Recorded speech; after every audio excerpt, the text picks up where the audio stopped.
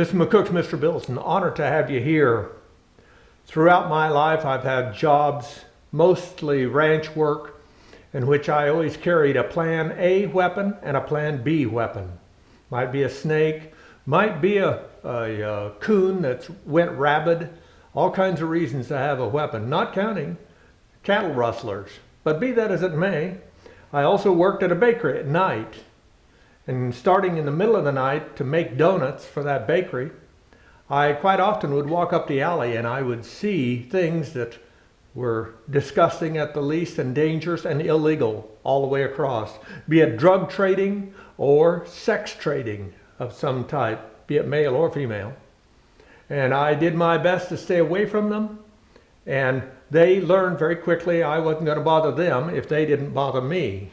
And that's how it worked. But I always had a Plan A and a Plan B weapon if it was needed.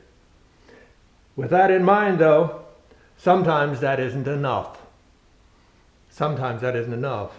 A good example is I had a relative, and she was out here in McCook at assisted living, and I would go see her at least once or twice a week, and I was kind of her family caretaker for her, if you will. And with that, one day as I went toward her room, there was an elderly lady sitting out with her head down next to her apartment with the door closed. And as I walked by her, I stopped and I gave her just a few minutes of visiting, small talk at the best, but she so beamed because most of those people, no one talks to them and they're basically waiting to die. They're waiting to die.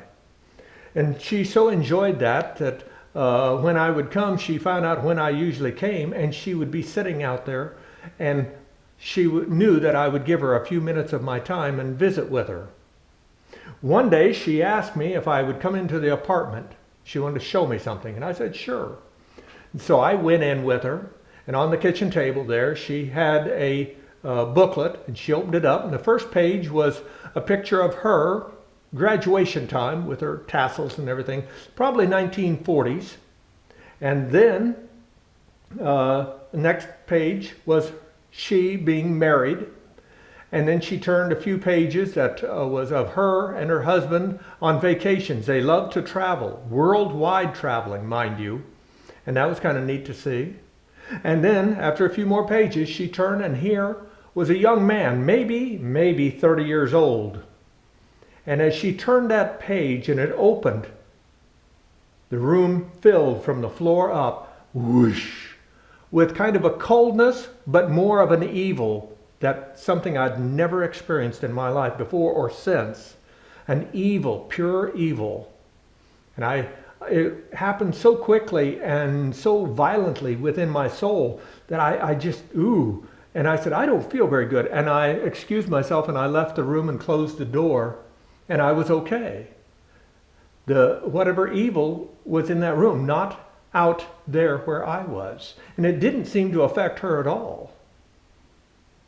The next week I stopped at the office at that assisted living to see if any bills that needed to be paid.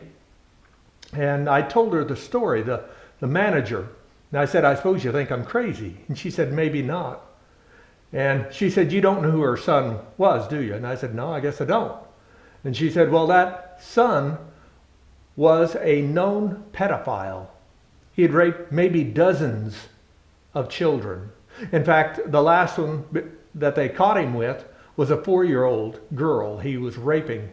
And they sent him away for life. And of course, he died in prison then. But be that as it may, I always thought that I needed a Plan A weapon and a Plan B weapon if the Plan A doesn't work. But from then on, I also added a weapon, and that weapon is every day a C weapon, a Plan C, and I use it continually, asking Christ to protect me and to those that I love and know. I pray for protection, the protection of Christ.